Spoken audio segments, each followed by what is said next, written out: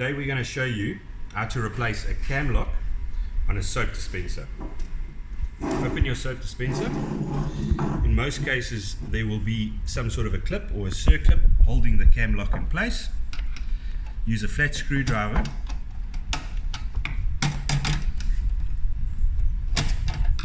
remove the clip and the cam lock should come out fairly easily.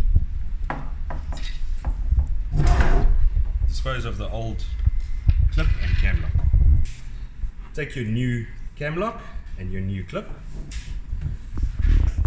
You will see on your cam lock that you have flat edges, so position your cam lock correctly into position. Hold it with one hand. Take your clip